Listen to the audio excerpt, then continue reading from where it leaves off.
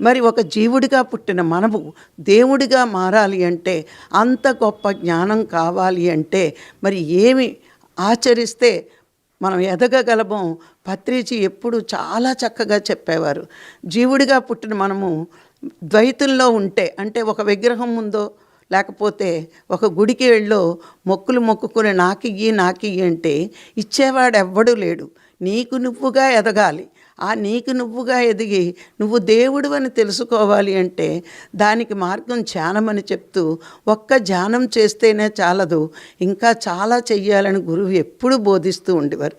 దానికి ఆయన 5 సకారాలు చెప్తూ ఉంటారు. 1 సద్గురు బోధ, 2 సత్సంగము, అంటే సత్ అంటే ఆత్మ. మీరు ఎప్పుడైనా సద్గ్రంథము సత్సంగము అంటే సత్ అని వచ్చే పదానికి ఇంకొక అర్థం ఏంటంటే భగవంతుడు. అంటే సత్ అంటే సత్యమైంది, నిత్యమైంది, శాశ్వతమైంది భగవంతుడు. మరి మనలో సత్ ఎవరున్నారు? సత్తో సంగమించి ఉండాలంటే మనలో ఉన్న భగవంతుడు ఆత్మే. ఆ సత్యంతో నువ్వు ఉండాలి. సత్సంగము అంటే నీలో ఉన్న సత్తుతో నువ్వు కలిసి ఉండడమే సత్సంగము.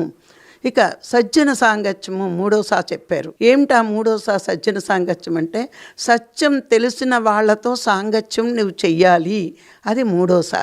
ఇక 4వ ఏం చెప్పారు అంటే సత్గ్రంథ పఠనం, అదే స్వాధ్యాయం అంటారు. మరి ఆ సత్ అంటే భగవంతుడి కోసం, భగవంతుడి గురించి తెలియపరిచే గ్రంథాలు చదవడమే సద్గ్రంథము. ఇక 5వ ఏంటంటే సేవ. నిరంతరము ఎదుటివాడి ఆత్మోన్నత కలిగించే సేవలు చెయ్యాలి. అంటే వాడికి ధ్యానం నేర్పడం, ఆత్మజ్ఞానం నేర్పడం, లేదా పిరమిడ్లు కట్టించి వాళ్ళందరికీ ధ్యానం చేసుకునే అవకాశం ఇవ్వడం. ఎవరైనా సరే ఈ ధ్యాన సంబంధమైన పనులు చేస్తాము అంటే మనము వాళ్ళ సేవలో పాల్గొని, వాళ్ళ కార్యక్రమాల్లో పాల్గొని మరి ముందుకు వెళ్ళడమే ఈ సేవ చెయ్యడమే. మరి ఇలాంటి విషయాలు పత్రిగారి దగ్గర చక్కగా చాలా సింపుల్గా, జ్ఞానం అంటే బండెడు పుస్తకాలు చదివేసి కూర్చుని ఇచ్చే అంటే ఏదీ రాదు, అన్నీ కావాలి. వంట చెయ్యాలంటే సరుకులు కావాలి. అంటే కూర చెయ్యాలంటే ఎన్ని సరుకులు కావాలండి? అట్లాగే ఒక జీవుడు దేవుడు అవ్వాలంటే ఈ 5 సాల్ని ఫాలో అవ్వాలి.